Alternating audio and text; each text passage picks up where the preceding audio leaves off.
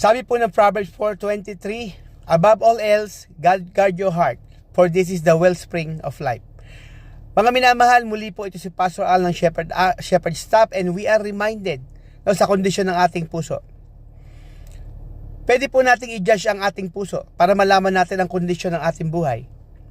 Kung ano po yung ating mga pinapanood, kung ano po yung ating sinusundang website, kung ano po yung ating fina-follow, at malalaman natin ang kondisyon ng ating puso. Kung ano po ang kondisyon ng ating puso, ito po yung magiging resulta ng ating mga gawa. Kung magiging fruitful po tayo dahil fruitful ang puso, pagka hateful tayo dahil hateful ang puso, we have to inform our heart. Turuan natin yung puso. Pagka ang sa puso ay sumisigaw ng galit, turuan natin ang ating puso na maging mapagkumbaba. Turuan po natin ang ating puso na sumunod sa kalooban ng Panginoon, sapagkat sabi po ng Biblia, Jeremiah 17:9, na bulok ang puso ng tao.